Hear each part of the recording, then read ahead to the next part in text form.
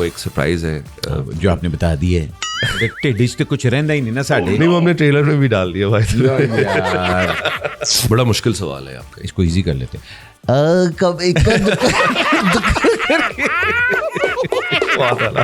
ऐसे में कहा लसन कर सकते हर बसंत पे नया वोकलिस्ट होता है।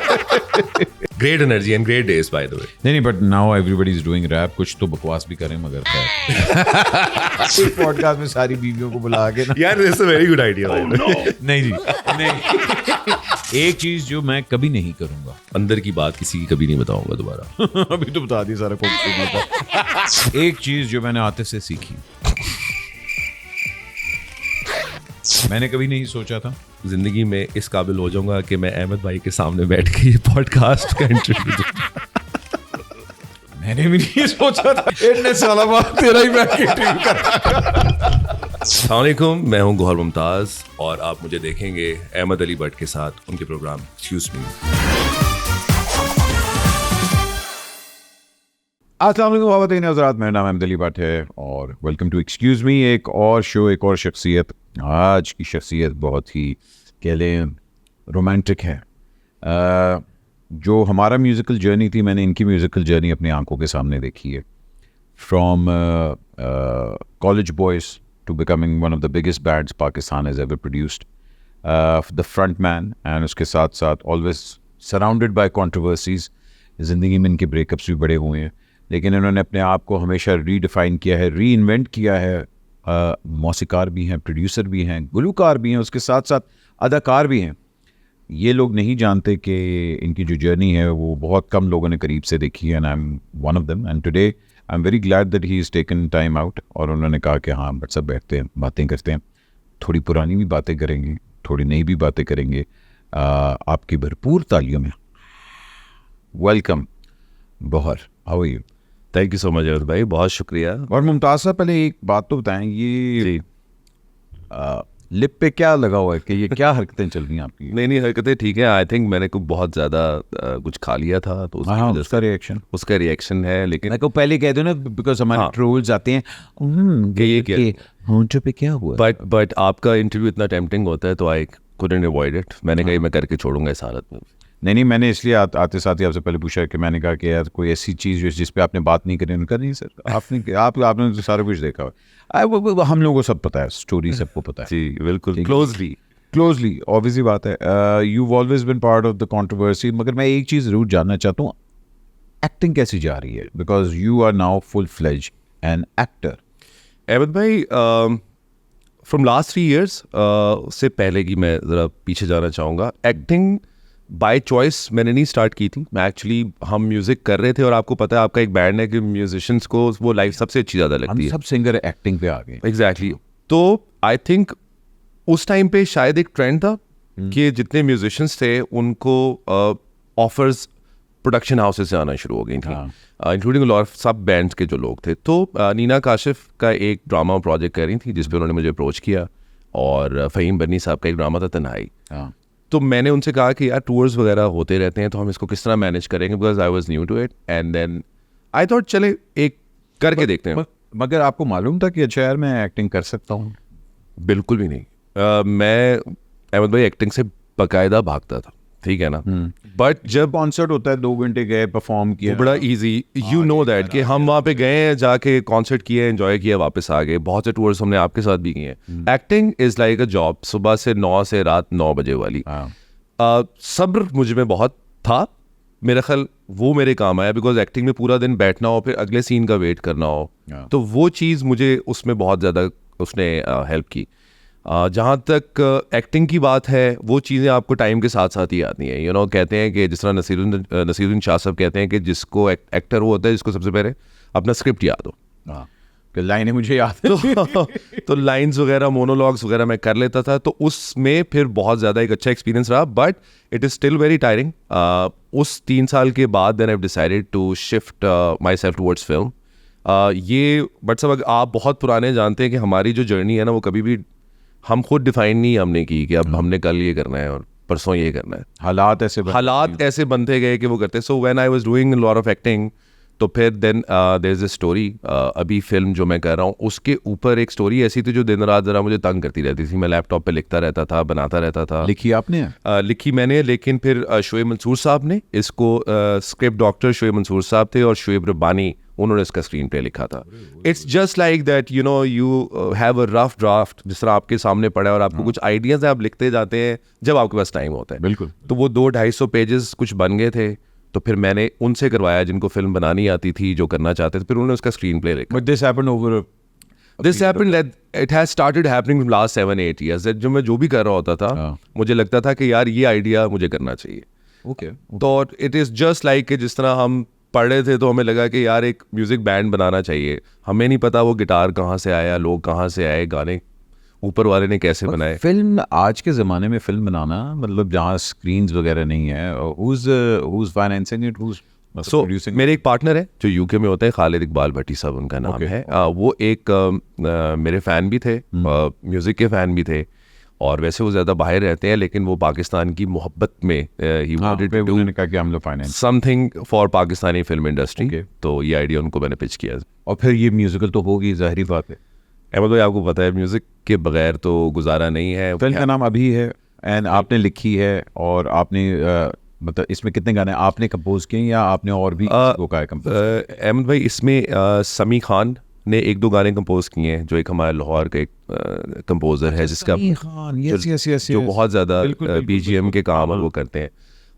और राहत भाई ने इसमें गाना गाया है एक स्विस सिंगर के साथ, तानिया वेल्स एक सिंगर है, वो बड़ा, उसका वीडियो हमने रिलीज़ किया है। देयर कपल ऑफ सॉन्ग्स जो एक आयमा बेग के साथ मैंने गाया है। सो शोएब मंसूर साहब ने गाना लिखा है, but you have different producers. Leo twins ने एक गाना उसमें किया है। अरे नाइस। नीश आशिर, सो पूरा एक 7-8 गानों का एल्बम है जिसमें it's a proper romantic drama. It is okay, romantic drama. और मेन में आपने कुबरा के साथ रखा है? जी, कुबरा है और हरीम फारूक की कैमियो है, वो एक सरप्राइज है जो आपने बता दी है। टिडिश तो कुछ रहना ही नहीं ना साढ़े। नहीं, वो हमने ट्रेलर में भी डाल दिया भाई।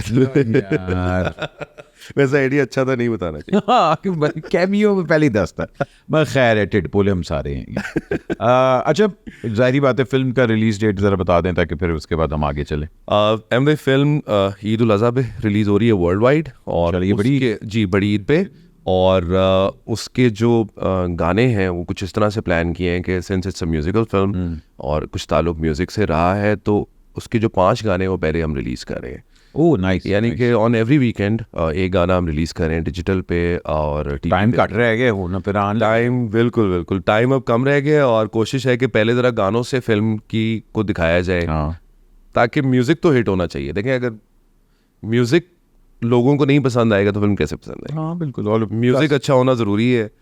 उसके बाद फिल्म तो लोगों पे और ऊपर वाले पे डिपेंड करता है कि कैसी चलती है कैसी नहीं। नहीं भाई, लेबर ऑफ लव है, अल्लाह करे अच्छी हो। और डायरेक्ट असद ने की है, डायरेक्ट असद मुमताज़ मलिक ने की है, और उन्होंने पहले बहुत से अलिफ के वो एज ए टीपी बहुत से प्रोजेक्ट्स उन्होंने किए हुए हैं। उनकी भी ये पहली फिल्म है, but it was kind of Shoaib Mansoor साहब। मैं उनका इसलिए नाम लेना चाह रहा हूँ कि वो एक सेल्फलेस आदमी है अहमद भाई। उन्होंने कभी किसी को इनकार नहीं किया, लेकिन बड़ी मुश्किल से करते हैं, और काम वो किसी का नहीं करते। So when I was making the film, भी किसी को नहीं करते, किसी को नहीं कहते। दिस इज द पॉइंट कि वो कभी किसी को नहीं कहते कि यार ये मैं कर दूंगा, तुम, वो कहते हैं तुम बिगाड़े हो, मुझसे ख़राब कर लोगे, ऐसे करके वो करते हैं। बट स्वीट ऑफ हिम कि उन्होंने गाना लिखा है, इसका जो मेन गाना है अभी फिल्म का, वो शोएब मंसूर साहब ने लिखा है, और बड़े मज़ेदार आदमी है और बड़ा क्लियर कट बता देते हैं। Has he seen the film? He has seen the film, not seen the film। उन्होंने बीच में जो हम शूट करते जाते थे उनको भेजते जाते थे, और वो देख के बता देते थे कि इसको ऐसे कर लो, और ट्रेलर उनको हमने भेजा, गाने जो थे वो हमने उनको जाके सुनाए, फिर पूरी स्टोरी सुनाई। और बड़ा इंटरेस्टिंग वाक़या है कि पहले 2-2.5 घंटे तो ना उनमें बड़ा सब्र है, तो हमने स्टोरी सुनाई तो बेचारे ऐसे बैठे हुए थे, जब स्टोरी सुन के ना वो एंड में ऐसे हो गए, बस वो रोए ही नहीं है। तो मैंने कहा कोई अच्छी लगी है या नहीं, कहते यार बहुत सब्र से मैंने सुनी है, ये चीज़ें ठीक कर लो इसमें से। चलो, that's very big of him, और ऑब्वियसली बात अगर उनकी तरफ से आ रहे हैं तो आई एम श्योर कि वो वैलिड पॉइंट्स ही होंगे। अच्छा, ये फिल्म के लिए ऑल द बेस्ट। ये हाल ही में क्या आपने एक फरहान के बारे में बात की थी, क्यों गई थी वो? मैं वैसे जानना चाह रहा हूँ क्यों। बट सर बड़ी वायरल एकदम हो गई थी। मैं आपको बताता हूँ, बट सर जो बात मैंने की थी वो मुझे नहीं करनी चाहिए थी। ऑनेस्टली एज अ ब्रदर मैं आपको ये बात बता हाँ, because it was very out of the blue. और मैंने कभी की भी नहीं हाँ, है, it's मैंने not कभी like you. Exactly I've known and knowing that Farhan की मैं बहुत रिस्पेक्ट इसलिए करता हूँ कि हमारी मुलाकात भी रहती है बीच में. आई थिंक जो एक सोशल मीडिया पे कुछ चीज़ें ना डिजिटल पे ज़रा चेंज करके आ जाती हैं. This podcast that I was doing in Islamabad, Okay. और उसमें वो बात करते करते they ask a question post Atif कि उसके बाद क्या चैलेंजेस थे, और यू नो जब वो छोड़ के गया तो नए वोकलिस्ट के साथ क्या चैलेंजेस थे. Now you have seen lot of performances, the early performances of Jal, Yeah. शक्कर पड़ियाँ, to all those struggle days that we wanted to you know stand on our feet once again. तो जी Sorry, मैं आपकी बात कर रहा हूँ. A lot of people don't know this. Even with Atif, Jal was still trying to find its feet because बहुत short-lived वो period था. राइट और ट्रू जल जो बना है वो तो आपका एक्चुअली 2-3 साल के बाद जाके आप लोगों के जब गाने आना शुरू हुए, प्रॉपर एल्बम आई, उसके बाद जाके वो प्रॉपर जल बना. आतिफ के साथ तो आपका बड़ा एक इनिशियल स्टार्टिंग फेज था. Correct. So yes, I do remember that time कि you discovering फरहान. जी. तो उसमें क्या हुआ कि इंटरव्यू के दौरान उन्होंने मुझसे ये पूछा कि उसके पोस्ट स्ट्रगल क्या. तो मैंने उनको बताया कि शुरू में जब व्हेन फरहान वाज न्यू तो उसकी एक बड़ी इस पे हमें मेहनत करनी पड़ी थी, और उसकी आवाज़ एज कम्पेयर टू आतिफ हमें बहुत ज़्यादा हाँ, डिफ्रूम करनी पड़ी थी. You have seen that live performance. दोनों की टोन्स completely तो वो separate. उन्होंने कुछ काट के उसको उस बात को कि उसकी आवाज़ उस तरह की नहीं थी, और Gohar has said something about Farhan, हाँ. उसको काट के ऐसे लगाया, which I told them not to do it because we have good relation. लोग चीज़ों को डिजिटल पे गलत लेते हैं, एंड आपने देखा होगा कि मैंने इन माई होल कैरियर, शायद बाकियों ने की हो, मैंने किसी के बारे में कोई ऐसी बात को अवॉइड ही किया और काम करने की कोशिश की है. हाँ. But then again social media का दौर है, बट साहब कोई भी इससे बच नहीं सकता. So I think I have equal respect for both of them. मुझे I wish But did you call Farhan after? I did मेरी उससे बात भी हुई, और उस पर पर्सनली भी आई थिंक, और उसको मैंने समझाई भी ये बात कि ये इस तरह से ये बात चीज़ें नहीं थी. आई थिंक ये डिजिटल मीडिया पे हो जाती हैं, and I think he would understand कि ये चीज़ें उस टाइम की बात हो रही थी, उस पीरियड की जो 2004 से 2007 का था. Yeah. सो वो करंटली थोड़ा सा लोग उसको एसोसिएट कर लेते हैं कि शायद ये आजकल का इनका कोई प्रॉब्लम है, हालांकि ऐसा कुछ भी नहीं. ये कहानी हर एक को पता है, आतिफ आपकी. But what I do want to understand is you always struggled with vocalists. आपका जल के साथ आई थिंक ये एक है कि आपके साथ एक वोकलिस्ट आया, फिर दूसरा वोकलिस्ट आया, और वो दूसरे वोकलिस्ट का बड़ा अच्छा टाइम रहा. फरहान ने जितना आपने उसको ग्रूम किया, मेरे ख्याल है उतना ही उसने आपको भी ग्रूम किया, because both of you correct became the sound. It was like a sound of जल. बिल्कुल. मैंने वो वाला फरहान बट भी देखा हुआ है जी, बड़ा शाय, जरा रिजर्व तो होते बताना पता बाट साहब होना. तो over the period of time do you think कि सॉन्ग राइटिंग के अंदर did he contribute as much as you contributed to? It became a team effort for you, या it was just one-sided? मैं आपको ऑनेस्टली हाँ. बताता हूँ, बहुत काम करना पड़ता था, बहुत ज़्यादा. बिकॉज जिस तरह जुनून है ना अहमद भाई, जुनून में ब्रायन को प्रोडक्शन आती थी. हाँ, Right? Most of the compositions Salman की तरफ से ही आती थी. So it goes into composition phase Ahmad भाई, और उसके बाद प्रोडक्शन फेज में वो चीज़ चली जाती थी, जो जहाँ से ब्रायन ले लेता था, या Brian and Mikaal and international producers. I even had to record Shazi at my house because Shazi was not comfortable with Mikal भाई. आपको याद होगा Mikal भाई जरा, Mikal is intimidating जरा होता है. मुझे बहुत काम करना पड़ता था इवन शाजी को, बिकॉज शाजी का एक अपना कंफर्ट जोन था. He is a very sensitive person, और वो एन अमेजिंग बेस प्लेयर. मैं आपको ये भी बता दूं कि पाकिस्तान में उसके क्लोज बेस प्लेयर कोई नहीं था जिस लेवल के वो गाने को सजाता था. लेकिन उसका एक घर में उसको रिकॉर्ड मुझे अलग कंफर्ट जोन है, उसका कंफर्ट जोन था.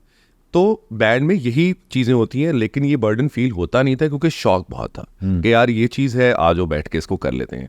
और वो जर्नी इस तरह बनती गई कि लोड सॉन्ग राइटिंग में मैं उनको हमेशा इनकरेज करता था कि चाहे आप कुछ भी लिख लें 5 लाइनें, बट लिख के ज़रूर लाएं. It's a beautiful process.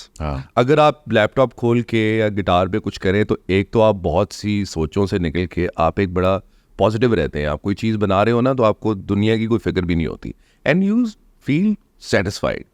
उसमें उन्होंने बिल्कुल कोशिश की, बट आई थिंक वर्कलोड भी बहुत ज़्यादा होता, मेरे पर बहुत ज़्यादा होता था, क्योंकि हर एल्बम के तकरीबन 9 गाने मैं लिख रहा होता था, और मैं ये नहीं कहता था कि मुझे शौक था कि यार इसका ये साउंड हो, इसका ये साउंड हो, प्रोड्यूसर के साथ हम ये डिस्कस, तो मैं वो शौक में मुझे बर्डन फील नहीं होता था। बट अब मैं अगर देखता हूँ तो मुझे बाकी बैंड्स को भी देखता हूँ, अहमद भाई आपका एक अपना स्टाइल है, आप अपनी चीज़ें बना के ईपी में लेके जाते थे, जुल्फी अपनी, फवाद की भी एक अपनी डार्क साइड वो इसकी है, तो वो एक कॉम्बिनेशन होता था। इधर I literally had to lay down all the tracks to tell them कि बस ये आए और गाएं और बेस पे जाएं। हम अगर उसके अंदर देखें, आप लोगों ने 2 या 3 एल्बम्स मेरे ख्याल एक साथ निकाल दी थी। 2-3 एल्बम्स का मतलब होता है कि somewhere down the line you define the roles कि भाई you're the singer, you're the producer, you are the lyricist, जो भी है। और मोस्टली आप लोग गाने अपने लिखवाते थे किसी से, लिरिक्स वगैरह, या खुद ही लिखे? सारे गाने बट साहब खुद ही लिखे हैं, खुद ही लिखे। 3 एल्बम्स इंक्लूडिंग पहली एल्बम, दूसरी एल्बम, तीसरी album. Farhan was it into it कि उसको नहीं आता गाना? देखिए नहीं, मेरा ख्याल है कि उसको हमें ये क्वेश्चन भी नहीं करना चाहिए, क्योंकि उसका काम भी नहीं था। He was a vocalist. वो जरूरी नहीं है कि बैंड में उसने लिखनी थी चीजें, it is fine, but vocalist का फिर ये भी काम होता है कि यार मैं ये ट्यून को जरा यूं कर दो, इस ट्यून को वो बिल्कुल वो उसकी इनपुट बहुत ज़्यादा होती थी, but he used to trust me a lot on that. And जहाँ तक उसकी वो करता था चेंजेस, एंड और वो अच्छी भी लगती थी। जिस तरह मैं आपको बताता हूँ, बड़ा इंटरेस्टिंग हो गया कि अहमद भाई आदत में जो स्टार्ट से लेके एंड तक जो लाइंस थी, आपको पता है उसका कोई कोरस नहीं है, आदत का उसका कोई प्री कोरस नहीं है, क्योंकि हमें गाना मुझे लिखना ही नहीं आता था, मुझे पता ही नहीं था प्री कोरस क्या होता है। ठीक है, वो 4 लाइनें पहले, 4 बाद में, और शुरू में न जाने कब से लिखी मैंने। उसके बाद आतिफ ने उसमें अपने अलाप और वो सब चीज़ें खुद से डाली। That was the input that was much needed in that song. because that to shine. Exactly. That was his input. Exactly. तो वो एक, इसी को हम एक केमिस्ट्री कहते हैं कि ये चीज़, तो ये चीज़ें वोकलिस्ट की तरफ से या बैंड की तरफ से आए तो चीज़ें बेहतर हो जाती हैं। उसके बाद फिर समझ में आई कि गाना बनता कैसे है। जिस तरह दिल हारे बनाया, तेरी याद बनाया, पंछी के पहले कोरस होता है, प्री कोरस होता है। सो कहने का मकसद ये है कि हर किसी का अपना इनपुट होता है और उसी से ही बैंड का फ्लेवर बनता है। जिससे आप कहते हैं ना साउंड बनना, वो रॉनेस भी सही है, और उसमें ज़रूरी नहीं है कि किसी को परफेक्ट होना चाहिए। नोबडी इज़ परफेक्ट, मैं भी नहीं हूँ, कोई भी नहीं, लेकिन वो जो रॉनेस का कॉम्बिनेशन होता है ना, वही कॉम्बिनेशन लोगों को अच्छा लग जाता है। मैं बल्कि ये अक्सर कहता हूँ कि जल वाहिद बैंड है जिसने मेरे ख्याल है स्टूडियो में बहुत कम टाइम गुजारा है, स्टेज पे ज़्यादा गुजारा है। बिकॉज आप लोगों को मौका ही नहीं मिला टू सिट डाउन एंड कि अच्छा जी आज हम 1.5 महीना, 5 महीने, 6 महीने हम एल्बम बनाएंगे। Because you guys from day 1 were touring. But sir मैं आपको एक चीज़ इसमें बिल्कुल ऐसे ही है, लेकिन after second album, first album के बाद मैं आपको इससे शेयर करना चाहूँगा कि जब आदत एल्बम आया तो सेकंड एल्बम तक चीज़ें क्लियर नहीं हो रही थी कि यू नो किसके गाने हैं, पहले कौन लिखता है। तो सेकंड एल्बम तक हमारे इतने टूर्स भी नहीं हो रहे थे। और वो दौर भी बैंड पे आया 2005-2006 में, जब हम तीनों जैम रूम में बैठ के सोचने पे मजबूर हो गए थे कि यार कॉन्सर्ट्स क्यों नहीं हो रहे, गिग्स, क्योंकि उस टाइम पे आपको पता है सिक्योरिटी इश्यूज भी थे। लेकिन हम पे भी वो दौर ऐसा आया था जब हम 4-5 महीने बैठ के वी वर लाइक यार व्हाट्स गोइंग ऑन, बिकॉज एक कंपटीशन भी चल रहा था। आपको शायद याद होगा आदत के बाद से, जब तक सजनी नहीं आई थी एल्बम, उससे पहले तक सजनी, हाँ। तो वो चीज़ें चल रही थी। तो then I figure it out के the only way that we can move forward with this band is new music. Forget about आदत किसने लिखा, लम्हे पहली एल्बम में किसने लिखा, किसने क्या किया। आप लोगों को नया म्यूजिक दें, लोगों को खुद ही समझ में आ जाएगी। And then you know we were all, हम ऐसे इकट्ठे हो गए और हमने फिर डिसीजंस लिए कि अब हमने 2-3 महीने स्टूडियो से नहीं निकलना। जो आप कह रहे हैं ना कि आप घूमते फिरते ही रहते थे, बिकॉज इंडिया के अंदर आप लोगों ने परफॉर्म किया। आई थिंक जी सबसे ज़्यादा शोज आप लोगों ने किया है यूनिवर्सिटीज़ में, आप लोग कर रहे होते थे, पता नहीं कहाँ लगे होते जी। सो वो मैं आपसे शेयर करूंगा, क्योंकि आदत और लम्हे महेश भट्ट की फिल्म का भी पार्ट थे, तो एक अच्छा प्लेटफॉर्म में मिल गया था इंडिया में। लेकिन जब सेकेंड एल्बम आया तो it was a huge boost for all of us, जिसने हमें रीडिफाइन किया कि नहीं यार देयर हियर टू स्टे। मतलब सजनी बहुत अच्छा चला गया, इंडिया में हम जाते थे तो वो बॉलीवुड का गाना नहीं था सजनी, बट हर जगह सजनी की फरमाइश आ रही होती थी कि ये एल्बम जो है बड़ा अच्छा आपका गया है। सो आई थिंक देन सजनी और जो बूंद एल्बम थी सेकंड, यू नो उसने चीज़ें ज़रा हमें कॉन्फिडेंस भी दिया बाकी बैंड मेंबर्स को भी कॉन्फिडेंस दिया कि एक होता है as a vocalist, as a bass guitarist, as a composer, वो एक जो सही डिफाइन हुए थे वो हम 2007 के बाद हुए थे, and then we never look back. I actually wanted to ask you this always because we've traveled, एक साथ हमने travel वगैरह किया and all that. I always thought कि you were under immense pressure. मुझे कभी उस तरह बात करने का मौका नहीं मिला, but now sitting after so many years, looking back at the Gohar that was that student that came out, all the fallout that happened, जल के बाद, the first जल के बाद, the pressure that you were under. वैसा आपकी observation बिल्कुल ठीक. हाँ, because I never You never talk to me about it, लेकिन आपकी ऑब्जर्वेशन बिल्कुल ठीक है. एक बच्चा होता है ना जिसने बड़े चाह से कोई चीज़ें बनाई होती हैं, तो आपको पता है कि आर्टिस्ट बड़े सेंसिटिव होते हैं, तो it's not that I wanted to prove a point कि उस चीज़ का प्रेशर मुझ पे कभी नहीं था. It was just the hardships that I faced, that you do something pure heartedly for somebody, और उसके बाद वो चीज़ें उस तरह से नहीं होती, तो वो एज भी ऐसी होती है ना, 18-19 साल, जज्बाती भी आप ज़्यादा होते हैं, इतने मेच्योर, तो आपको ये होता है कि मैं ये दोबारा से करके दिखाऊंगा. बिल्कुल. तो वो जो आपने नोट किया होगा उस टाइम का गौहर टूर्स में दुबई में, वो सारा वो हर टाइम मैं प्लान कर रहा था. I know. कि अब ये करना है, अब ये करना है. What happened to both of you was very unfair. I think देखें, creative process में हमेशा differences होते हैं. GP के अंदर भी थे, सारा कुछ था. But both of you became center of attention because the song became bigger than both of you. ठीक है ना? Correct. और उस song की वजह से कुछ लोगों ने आपको विलन बना दिया, कुछ लोगों ने आतिफ को विलन बना दिया, और वो आज तक उस चीज़ पे खेलते भी हैं. ठीक है ना? हालांकि I think both of you are extremely talented individuals. अल्लाह ने उसको भी इज्जत दी, अल्लाह ने आपको भी इज्जत दी. मगर मैं वो टाइम मैंने दोनों का देखा हुआ है, और स्पेशली आपको बहुत ज़्यादा विलनाइज भी किया गया था इस प्रोसेस के अंदर. अल्लाह का शुक्र है वो टेक्नोलॉजी और ट्वीट्स अब नहीं है, वरना आज के ज़माने में अगर आजकल होता तो क्या हाल होता. अब दोनों का ट्रेंडिंग में हो रहा था. मैं अल्लाह का शुक्र है कि वो बट आई ऑलवेज थॉट के you went through the toughest phase. Atif के ऊपर भी बहुत ज़्यादा था, मगर you never spoke about this, you never had the chance to clarify your side on this. Court वाला सीन, वो सारा कुछ हमें पता था कि अच्छा जी लड़ाइयाँ हो रही है और वो सारा कुछ हो रहा है. How did you handle it on a personal level?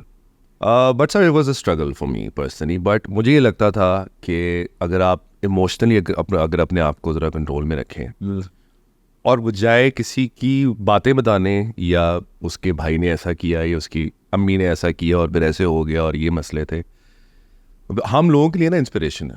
आपको पता है कि आदत एक बहुत बड़ा गाना है, लमेन. लोग हमसे बहुत प्यार करते हैं, फैंस, और हमें चाहिए कि हम उनको इंस्पायर करें, बजाय कि हम ये बताते रहें कि ऐसे हो गया और ऐसे हो गया. मेरी सोच ये थी, लेकिन वो दबाना पड़ा मुझे. बहुत कुछ था लेकिन मैंने दबाया, इस वजह से कि फैंस को वो लोग डिसअपॉइंटेड ना हो जो म्यूज़िक करना चाहते हैं, जो बैंड बनाना चाहते हैं. बैंड एक हार्श रियलिटी तो है, ये बात आपको बहुत अच्छे तरीके से पता है, चाहे कोई भी बैंड दुनिया का हो. दूसरी बीवी है.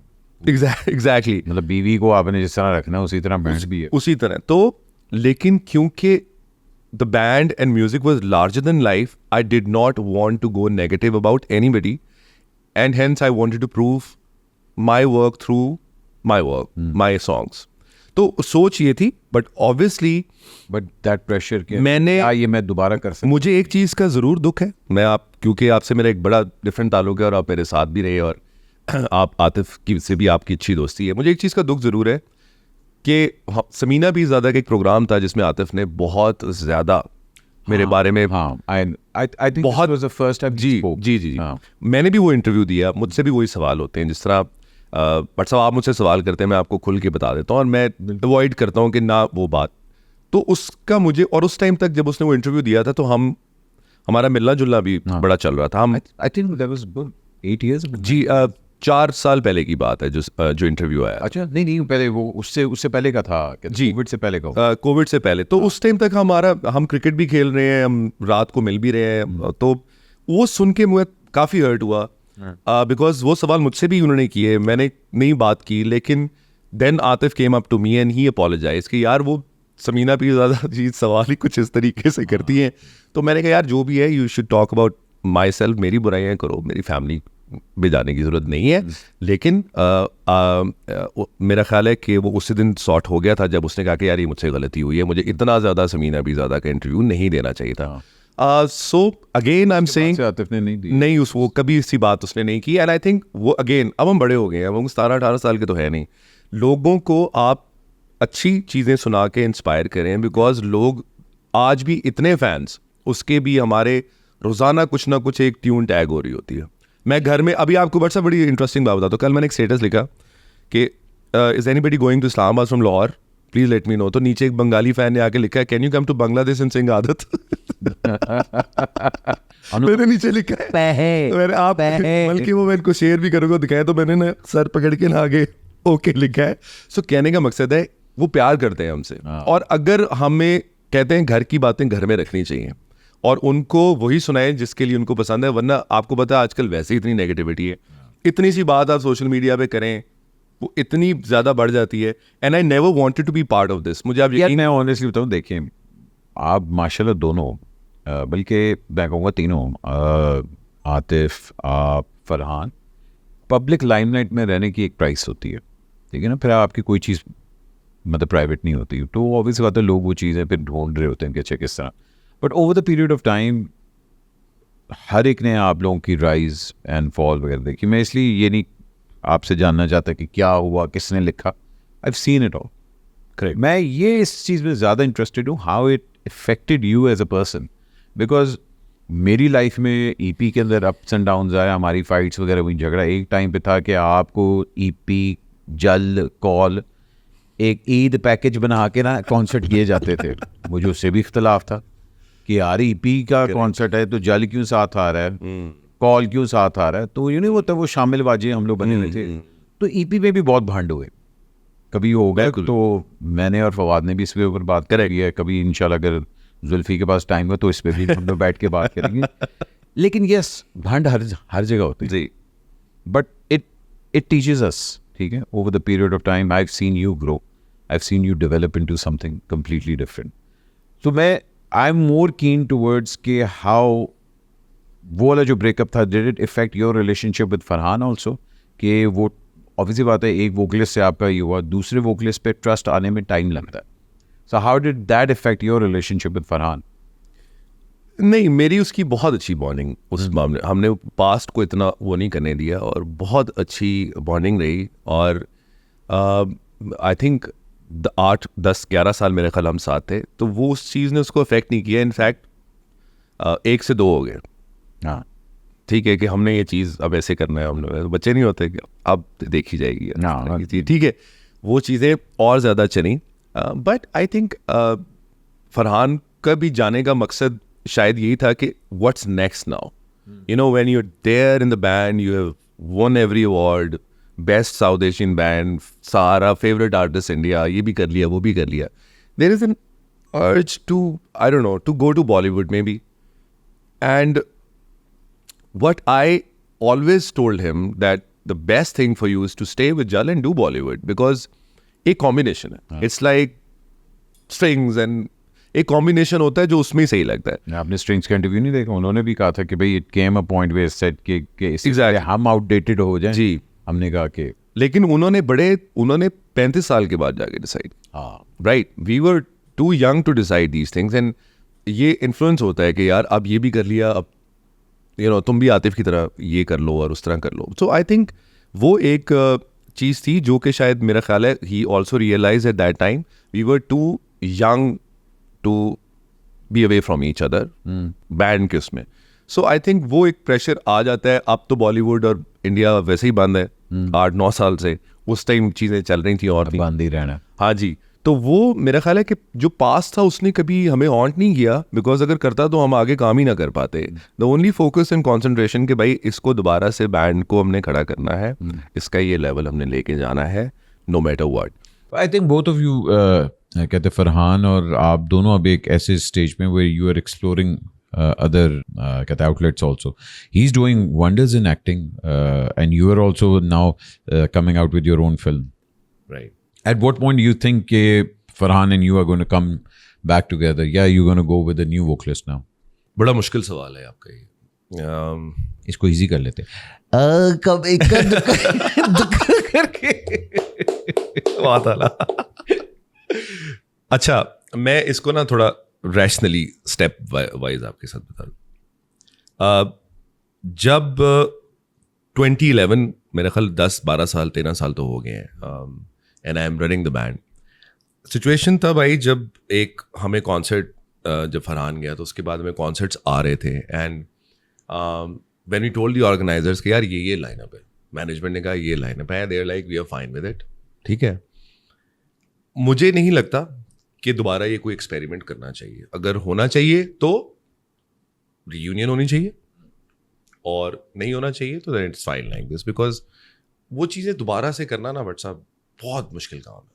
You don't have the energy to invest in the new exactly मैं अपनी चीज़ों में 1000 चीज़ों में बिजी हूँ, वो अपनी बिजी, तो ये है कि वो दोबारा से एक बंदे को ला के उसको ग्रूम करना और फिर वही स्टोरी दोबारा देखना। ऐसे में कहा लसन कर सकते ऐसे नहीं कर सकते महाराज। हर बसंत पे नया वोकलिस्ट आया होता है। यार आपने जबरदस्त एग्जांपल दिए। तो हुआ क्या कि उसके बाद से कॉन्सर्ट चलना शुरू हो गए। अब ज़ाहिर है आपका जो मेन अर्निंग कॉन्सर्ट से ही होती है, तो कॉन्सर्ट स्टार्ट हो गए। जब कॉन्सर्ट स्टार्ट हो गए तो उन्होंने कहा कि अब ये तो हो रहे हैं कॉन्सर्ट्स, तो जब कॉन्सर्ट होना शुरू हो गया था लाइक ओके फाइन, मेरा नहीं खाली एक्सपेरिमेंट दोबारा करना चाहिए। अगर आपके कॉन्सर्ट्स नहीं हो रहे, अगर आपको लोग इंडिया नहीं बुला रहे, बांग्लादेश नहीं बुला रहे, अमेरिका नहीं बुला रहे, तो इट मीन्स कि आपको वो विंडो ओपन रखनी चाहिए रीयूनियन वाली, एंड टिल दैट टाइम आप अपने अपने फील्ड में जो भी करना चाहते हैं वो करें। How come you guys never Coke studio कुछ इस तरह वाली चीज? अरे ये कभी हुई यार? अच्छा, आज मैं बात करूंगा। आज आप बैठे हैं ना, इसलिए मैं ये बात, आप कहते हैं कभी बात नहीं करते ज्यादा किसी बारे में, नहीं होनी चाहिए। नहीं, मैं आपको ना आज ये बड़ा ओपनली मैं आपको खुल के बताता हूँ। It was always the brand who wanted me to produce Coke Studio. अच्छा, but not the people and artist in Coke Studio जो उस टाइम कर रहे होते थे। ओके, मिसाल के तौर पे एक ही कर रहा होता था, रोहेल ही कर रहा होता था। पोस्ट रोहेल बात कर रहा हूं। रोहेल के टाइम पे तो वी वर द परफॉर्मर्स। अच्छा, ठीक है।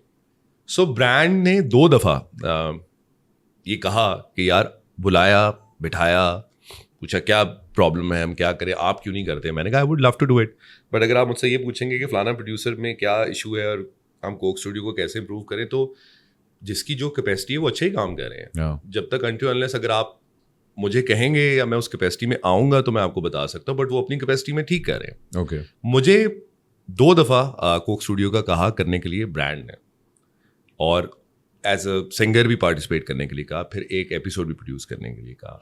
अच्छा, बट यस, बट मैं उन हजरात का नाम नहीं लूंगा जो मुझे, स्ट्रिंग्स ही थे, स्ट्रिंग्स होगा या अली नूर होगा, इसके अलावा और कौन हो सकता है? तो अली नूर था, तो स्ट्रिंग्स थे, चले जो भी थे। हाँ, तो दोनों ही थे। तो बात ये कि अब अगर मुझे नहीं पता था, आई एक्सपीरियंस दिस कि मुझे लगा कि यार ये तो दोस्त हैं, ये तो इसमें कोई प्रॉब्लम नहीं होना चाहिए। But then I felt and sweet of kind of the brands that you know they approach me to do this. But मुझे उस जगह पे जाके अहमद भाई फील हुआ कि नहीं यार, कोई आपको किसी की टेरिटरी में नहीं बर्दाश्त कर सकता। they felt threatened. मुझे एक कोक स्टूडियो में तो बकायदा मैं कराची में वेट करता रहा एक मीटिंग के लिए इसी होटल में, और मुझे 12 दिन जो वो एक आर्टिस्ट उन्होंने वेट कराया ताकि टाइम गुजर जाए और मेरी इससे मुलाकात ना हो। 12 दिन? जी, 12 दिन। और ब्रांड ने मुझे कहा वेट करें, you have to meet this guy, आप मिलें और ये चीज़ें करें, और हम we really want you to be the part of Coke studio, we want you. उसके बाद आपने उस बंदे को कन्फ्रंट किया? नहीं, बिकॉज उस बंदे को पता है कि उसने क्या किया। तो नहीं, अगर 12 दिन नहीं है, अगर उसके बाद इतनी हिम्मत, तो फिर मेरे ख्याल ये बिल्कुल हल्फन मैं आपको कह सकता हूँ। और एक बंदे का नाम तो नहीं लेना चाहेंगे? नहीं, मैं किसी का नाम नहीं लेना चाहता, फिर वो उसको वो एक बड़ी एक नई वो चीज हो जाती है। बट यस, सैयद अली अकबर साहब थे, आप जानते होंगे कोक स्टूडियो में जो उस टाइम मार्केटिंग मैनेजर थे, Sadaf Zarrar was there, and they were sort of fans, and it was sweet of them to just approach me out of nowhere. Facebook से उन्होंने कहा कि यार इसको हमने लेकर आना है कोक स्टूडियो में, स्वीट ऑफ देम। बट कई दफ़ा, और मैंने उनसे कभी ये भी नहीं कहा कि यार ये मसला है, आई वांटेड देम कि चले कर रहे हैं, इनको करने दें, नो प्रॉब्लम। अगर कोई को किसी को ये है कि मैं आ जाऊंगा तो वो नहीं ये कर पाएगा, तो मैं पीछे ही सही हूँ, ठीक है, नो प्रॉब्लम, ऐसी कोई बात नहीं है. हाँ, मगर अब what do you think about the new one that came out? यार जुल्फी का तो बहुत अच्छा है. The first season was amazing and I think मेरे कहने के अलावा एवरीवन नोज इट कि वो एक चेंज उसमें आया है और बहुत ज़्यादा अच्छा काम उन्होंने किया है. आई थिंक रोहेल भाई भी जब दोबारा आए, बिकॉज रोहेल भाई ने एक दफ़ा कहा कि यार जो मैं कर सकता था उसमें हो गया था 6 सीजन तक. he has done an amazing job. और देखिए फाउंडेशन उन्होंने लेके और उन्होंने बड़ी अच्छी फाउंडेशन लेकी है. You know, he was such an honest man कि इससे ज़्यादा अब क्या हो सकता है, you know? Exactly. तो फिर आपको नए ब्रेन्स चाहिए होते हैं, नए लोग चाहिए होते हैं. And I think Zulfi is doing a great job. I think the new kids, the people that are involved, the thing I really enjoy is the visual aspect कि नए डिजाइनर्स, नए बच्चे आके अपनी इनपुट्स दे रहे होते हैं. Correct. So the whole team that comes together. Correct. और हमारा अगर आप देखें हमारा टाइम पे भी एक वेव आई थी जिसमें नए बच्चों ने आके सारा कुछ करना शुरू किया था. बिल्कुल. वही चीज़ वो आपको फिर से नजर आती है. हालांकि इस दफा मेरा ख्याल थोड़ा सा बैन और वो उसकी वजह से जरा कम हुआ. रीइन्वेंट हो गया ना, क्योंकि देखिए पहला एपिसोड कब आया था और उस टाइम सेट्स कैसे थे और साउंड क्या था. तो रीइन्वेंट करना जरूरी है 10-12 साल के बाद किसी भी चीज़. अभी I think the new one एक वो फारिस का आया नया ब्लॉकबस्टर, पता नहीं उसा है, दैट्स वन टेक जी, बड़ा मजेदार है वो. मतलब कि visually it's very good. I wish that I would want to see you. मैं यहाँ पे ये बात नहीं कहना चाह रहा इसलिए कि आप मेरे सामने बैठे हैं, बिकॉज लोगों को पता नहीं है कि हमें जो जल को या मुझे as a musician rap Pakistan में इन्होंने इंट्रोड्यूस करवाया था, बिकॉज उससे पहले हमें कुछ पता नहीं था कि रैप होता क्या है. एक दफा वो एनटीएम में चलता था, MC हैमर, फखरे आलम, यस, फखर भाई एंड यू, और वो बिल मेनू कहंदा और वो सब चीजें और हम कहते थे यार ये कैसे कर लेते हैं स्टेज पे. Great energy and great days by the way. नहीं, but now everybody is doing rap. कुछ तो बकवास भी करें मगर खैर. आगे चलते हैं. अच्छा, what do you think the future of music is now? Because हमारे पास कॉन्सर्ट्स वगैरह अब थोड़ा कह लें कि स्कूल कॉलेजेस के अलावा हमारे पास कोई आउटलेट नहीं है. जो हमारे पास पहले लाइव क्राउड होती थी कि जी अलहमरा में शो हो रहे हैं, ये हो रहा है, वो सारा कुछ हो रहा है. Where do you think the music is 5 years from now?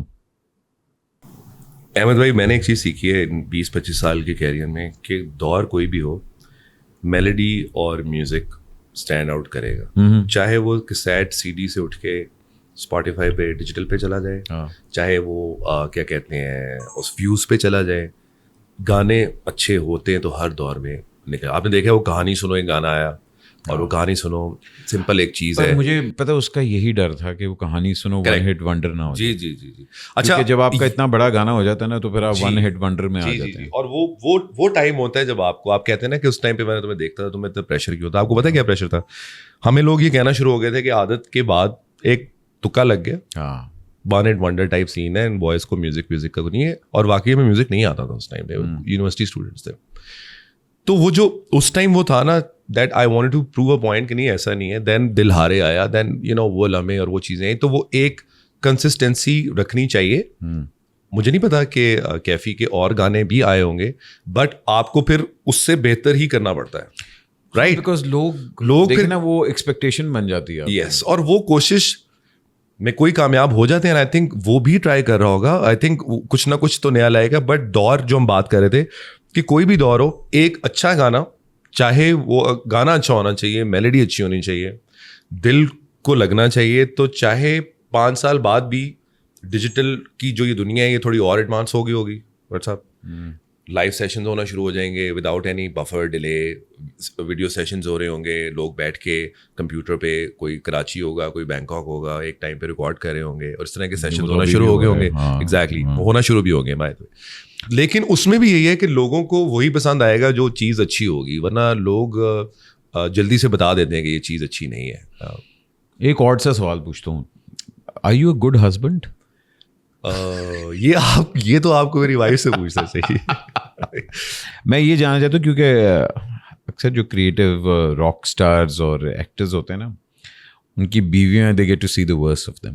ठीक है, बट साहब she is very understanding. I am blessed like that because you are absolutely right. आप PC फील्ड से हैं, हमारे मूड स्विंग्स भी हैं, हम सेंसिटिव भी हैं, हमें अपनी स्पेस भी चाहिए चीज़ें क्रिएट करने के लिए.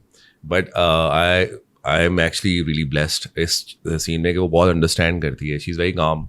एंड मैं हस्बैंड कैसा हूँ उसके लिए आई थिंक आपको एक प्रोग्राम में अनम को बुलाना पड़ेगा, एक दफ़ा डायरेक्टली पूछे कि क्या रिपोर्ट है, मुझे भी बताए। एक पॉडकास्ट में सारी बीवियों को बुला के ना, यार it's a very good idea भाई।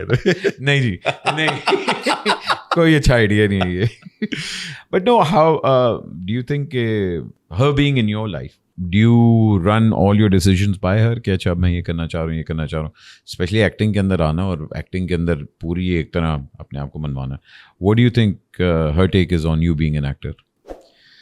उसको वो कहती है टीवी पे और नजर आओ, वो कहती है तुम और एक्टिंग करो। मेरा प्रॉब्लम क्या है कि मुझे जिस तरह हम ये फिल्म कर रहे हैं, एक जब तक वो क्रिएटिव एंगल किसी चीज़ में नहीं मेरा होता, मैं उस चीज़ को इतना एंजॉय नहीं करता।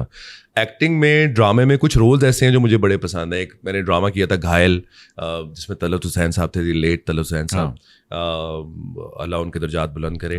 उसमें आबिद अली साहब थे, दी लेट आबिद अली साहब। वो बड़ा एक अच्छा एक्सपीरियंस था, लोगों को बड़ा कैरेक्टर पसंद आया। तन्हाई, सुहाय अली आबरू, आयशा उमर का एक प्ले था, फ़हीम बरनी का।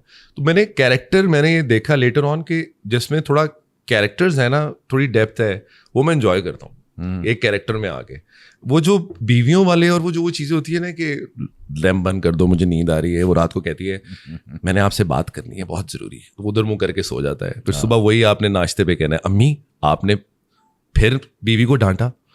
तो वो बड़ा एक ना, यू अंडरस्टैंड के म्यूजिशियन जब होता है ना, तो वो तो क्या हुआ कि ये जब अभी फिल्म जो इनिशिएट हुई, इसका भी इनिशिएट करने का मकसद ये था कि मुझे ऑनेस्टली अहमद भाई ये लगा कि जिस तरह जल डेज थे, कुछ पता नहीं है बैंड कैसे बनेगा, क्या होगा, कौन आएगा, कैसे गाने बनेंगे, कोई एजुकेशन नहीं है म्यूजिक की, लेकिन बना। मुझे फिल्म के बारे में, इस प्रोसेस के बारे में जब भी मैं ड्रामा कर रहा होता था तो मैं साथ स्टोरी लिख रहा होता था।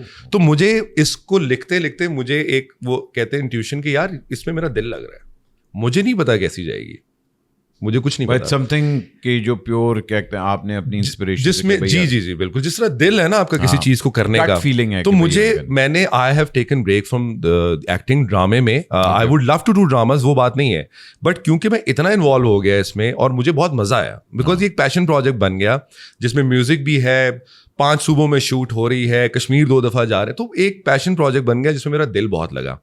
और उसके बाद अब इसका रिजल्ट को मैं शायद, मुझे नहीं पता कैसा होगा, लेकिन मैंने जर्नी इटसेल्फ बहुत ज़्यादा एंजॉय करता हूँ।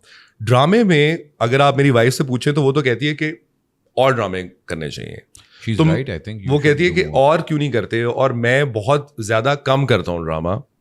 उसकी एक वजह कॉन्सर्ट्स भी है, म्यूजिक भी है, अल्हम्दुलिल्लाह वो सही चल रहा है। लेकिन जो फुल टाइम एक्टर होता है उसका काम ही होता है कि उसने साल में 4 प्लेस करने हैं, right?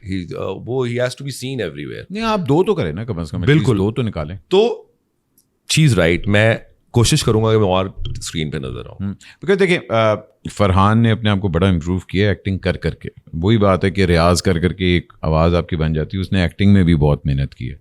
I think you should also concentrate more on acting if you want to take this as कि हाँ यार मैंने कल को एक्टर भी करना है एंड ऑल दैट। आगे बस एक नन्हे मुन्ना सा एक हमारे होते हैं एक्सक्यूज मी वाले सवाल होते हैं। अल्लाह खैर, वो अल्लाह खैर, वो आप अल्लाह हमेशा खैर ही करता है। ए बंदा ही है जड़ा मुसीबत पांदा है।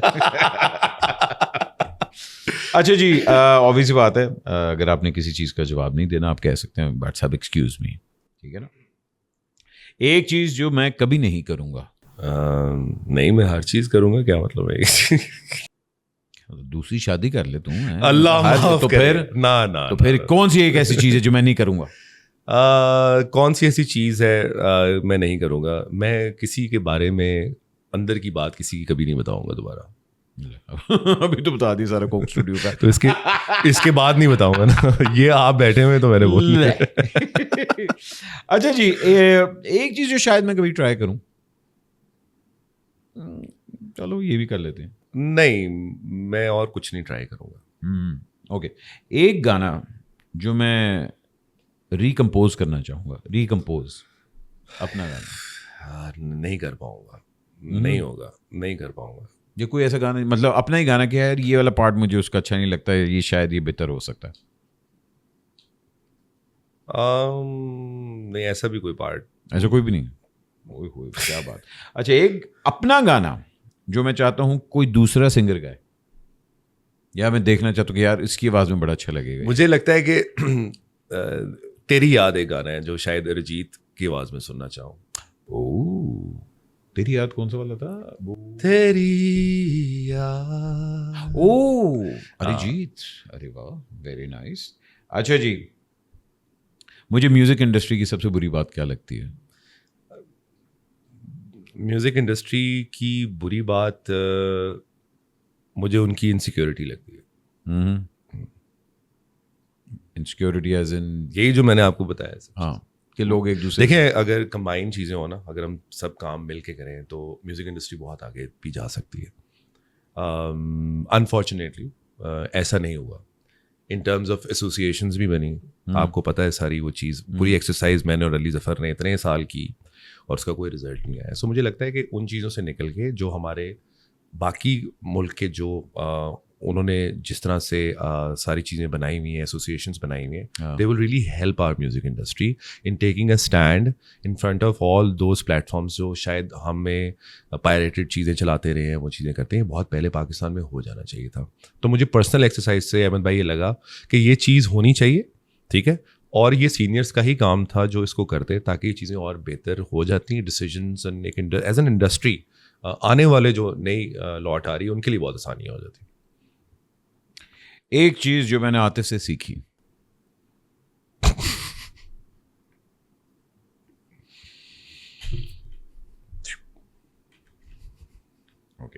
एक चीज जो मैंने फरहान से सीखी, उसका सेंस ऑफ ह्यूमर बहुत अच्छा है और वो बड़ा मजा, फिर बड़ा मुझे मजा आया। कहता है कि सलमान एल्बर्ट ना। हाँ एग्जैक्टली, वो चीज़ एक ऐसी है कि बड़े मजे की। हाँ ओके ठीक है।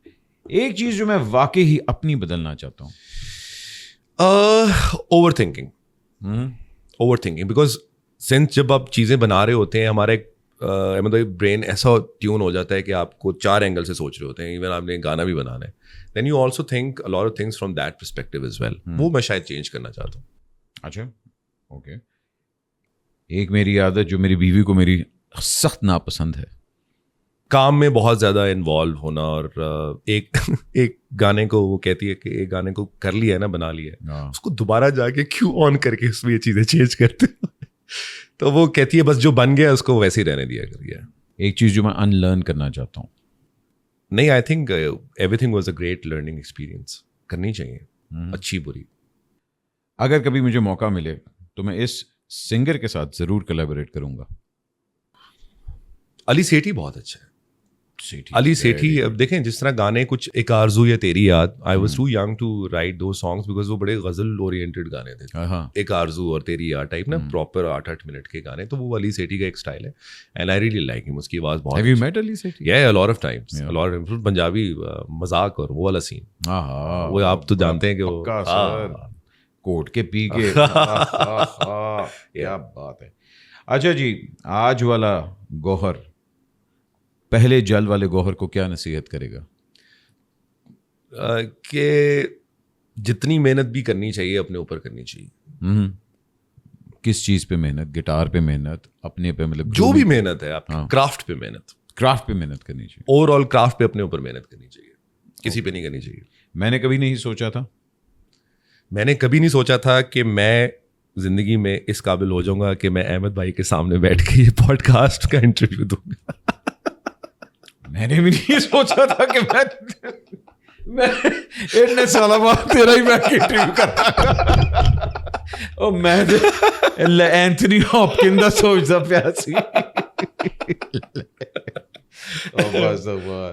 अच्छा जी, one memory that I really cherish from the first band. The stairs of my university, the campus की यूनिवर्सिटी में जहाँ बैठ के सारा दिन वेलों की तरह गिटार और गाने परफॉर्म करते हैं।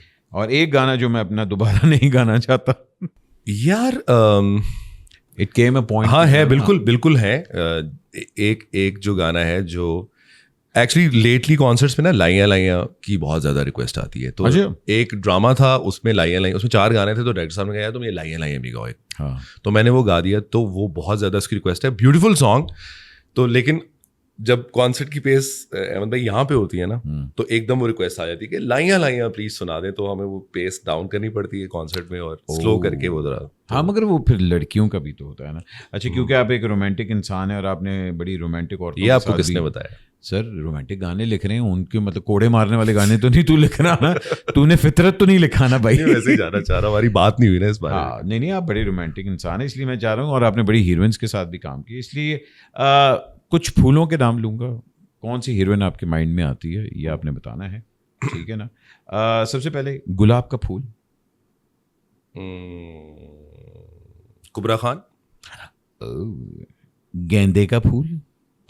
यार ये जिस तरह से आप गेंदे कह रहे हैं ना, गेंदे का गेंडा नहीं कहा मैंने। आगे से जो जवाब जो है ना वो कट करके ऐसे लगेगा। आप ऐसे कहें, आप ऐसे कहें, गेंदे का फूल। गेंदे का फूल। मायरा खान। मायरा खान, ओके। अब देखें, अगर आप दोबारा कहें ना गेंदे का, तो फिर मायरा खान अच्छी नहीं लगी। Tulip. Ayeza Khan. Ayeza, have you worked with Ayeza? Not yet, अभी तक नहीं। But would you want I to would love to, obviously. Okay. ठीक है। सनफ्लावर। सनफ्लावर है ना, कि मेरा सन ते नाले फ्लावर। साइमा। साइमा कौन? हमारी जो एक्ट्रेस है, साइमा जी पंजाबी। मतलब सनफ्लावर। अरे वाह, नूर साहब माइंड करेंगे कि सन, मगर नहीं, वैसे हो सकता है साइमा जी, वैसे वाकई। Okay, cactus. कैक्टस एक्चुअली फूल पे आता है यार। आप कैक्टस इज वेरी बहुत नॉटी है यार। वेरी घुमा के मुन्ने से कांटे होते हैं, नन्हे मुन्ने से कांटे। आयशा उमर। मैंने नहीं कहा। नहीं, मैंने भी ऐसा कुछ नहीं कहा। हाँ ठीक है, cactus Ayesha Omar. Okay fine. वो कौन से होते हैं? वो बोगनविलिया। सुहाय अली आबरू। अच्छा, सुहाय बोगनविलिया। हाँ, ऐसे मैंने पता नहीं, मगर तू कहता चल ठीक है, मान लेते हैं। और जी, last but certainly not the least, what do I want to be remembered as? Obviously जब आप इतना काम कर लें तो अगेन ये वही बात है कि आप यही चाहते हैं कि लोग आपको किसी अच्छे काम की वजह से याद रखें, ना कि किसी कंट्रोवर्सी की वजह से याद रखें। आई थिंक जितनी कंट्रीब्यूशन हमने की है, लोग उसी की वजह से याद रखें और कोशिश करें कि उससे भी बेहतर काम आने वाले करें। सो आई थिंक एक अच्छा इंसान और एक वो बंदा जो पाकिस्तानी म्यूज़िक इंडस्ट्री में कुछ थोड़ा सा 1 सेंट कंट्रीब्यूट करके गया, उस तरह याद रखें। अच्छा, मैंने आपकी पूरी जर्नी देखी, मगर मुझे अपना थोड़ा सा ये पता कि मैं म्यूज़िक से ना ऑफ हुआ हूँ। एक आपका पीरियड आता है कि जी म्यूजिक इंस्पायर नहीं करता। पर आप फिल्में इतनी कर रहे हैं, अब आप मतलब हंसा के लोगों को वो कर रहे हैं, तो आई थिंक देखिए मेरा नहीं होता कि वो जो क्रिएटिव इनपुट एक होता है, एक टाइम आता है मेरी एक्टिंग से भी हट जाती है। Really? हाँ, एक टाइम आता है जब आप बर्नआउट हो जाते हैं। आपको लगता है कि आप बर्नआउट हो गए हैं अभी, या एक वो फेज आया है कभी कि यार मैं म्यूजिक से आई वांट अ ब्रेक?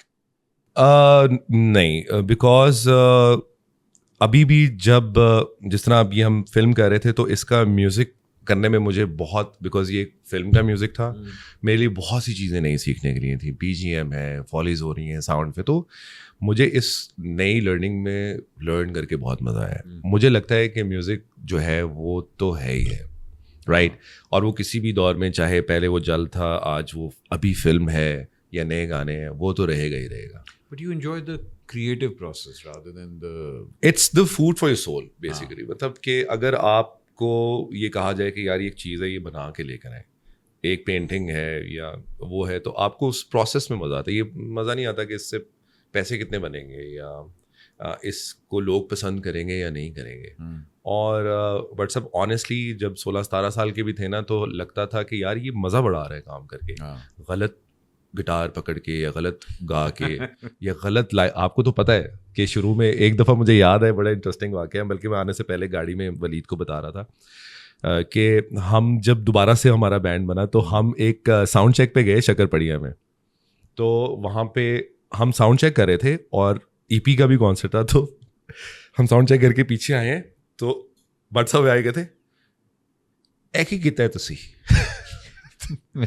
तो हमने ऐसे करके खड़े हो गए। व्हाट्सअप क्या हुआ यार, एडी बुरी परफॉर्मेंस, तो हमने कहा बट सब साउंड चेक कर रहे थे कहते अच्छा चल रहे लेकिन उस टाइम ना हमारी होती भी थी बुरी परफॉर्मेंसेस ना, क्योंकि हम वो आते रडार के अंदर मुझे ना मैंने जैसे बताया ना, मुझे उस टाइम पे ना बड़ी, क्योंकि ऑब्वियसली बात है हम लोग का ना ईपी का एक वो टाइम आ गया था ना जब हम लोग ईद पैकेज में जा रहे थे, जी जी, तो मुझे बड़ी खिंच होती थी। मैं कहता यार ये क्या 3 बैंड्स को आप प्रमोट कर रहे हैं और मैनेजमेंट का फिर फड्डे शड्डे वगैरह होना शुरू है। तो मुझे होता है मैं कह यार उनका अलग कॉन्सर्ट करो, इनका अलग करो, इनका अलग करो, मगर उसमें भी इतना हम लोगों को मजा आना शुरू हो गया था कि हम लोगों को था कि यार तीनों बैंड्स की एक साउंड जल, असल में साउंड और था, ईपी का साउंड और था, हाँ। कॉल जो था वो थोड़ा सा साउंड और था, हमारा बिल्कुल ही और साउंड था। तो I think you are absolutely right, because एक बैंड को अपनी इंडिविजुअल गिग चाहिए होती है, टाइम अलग था यार, वो टाइम अलग था, कॉन्सर्ट्स हो रहे थे, सो वो एक हाई भी उस टाइम पे होता है। एंड ये एक चीज बड़े मजे की है कि जो भी जर्नी अभी तक चल रही है अल्हम्दुलिल्लाह बहुत मजा आ रहा है। अल्हम्दुलिल्लाह भाईजान, देखिए मैंने आपकी माशाल्लाह, बल्कि आप coming from that one song redefining yourself into another band, और अब अपने आप को as an artist, you've been through a lot, and alhamdulillah you're still going, and the one thing that I do admire about you is your persistency, कि नहीं यार मैंने ये चीज़ भी करनी है, मैंने ये चीज़ भी करनी है। आपने भी कहा कि मैं कोई चीज़ अनलर्न नहीं करना चाहता बिकॉज हर चीज़ ने मुझे सिखाया। I think that's the most beautiful thing about you, and I have always admired you इस चीज़ में। मैंने वही कहा कि I never got to talk to you heart to heart, because मुझे लगता था कि यार जो भी है you been through a lot also, both of you have been through a lot, right, and you and Farhan redefined both of you in a beautiful way. He's doing wonders, you're doing wonderful, mashallah. But I do hope that all of this is worth it in the end, because it all comes down to your happiness. And alhamdulillah, if you're happy at the end of the day, that's all that matters, my friend. But thank you very much for taking time out. इंशाल्लाह 2 साल बाद फिर से बैठेंगे, आपकी film की बात करेंगे और ये बात करेंगे कि अब मैं भट्ट साहब आगे एक टाइटैनिक 2 बनाने लगूँ, कुछ उस तरह की रोमांटिक फिल्म। सब मजा बड़ा आता है क्रिएटिव फील्ड में, बात सारी है। Thank you so much, it was a pleasure, बहुत शुक्रिया भाईजान। अपना ख्याल रखें और अगर हो सके तो इतना हाश और ट्रोलिंग ना किया करें, क्योंकि मैं अक्सर आप लोगों के कमेंट्स पढ़ता रहता हूँ, हाथ हौला रखा करो। Thank you very much, thank you sir, अपना ख्याल रखें, पाकिस्तान का ख्याल रखें, थैंक यू।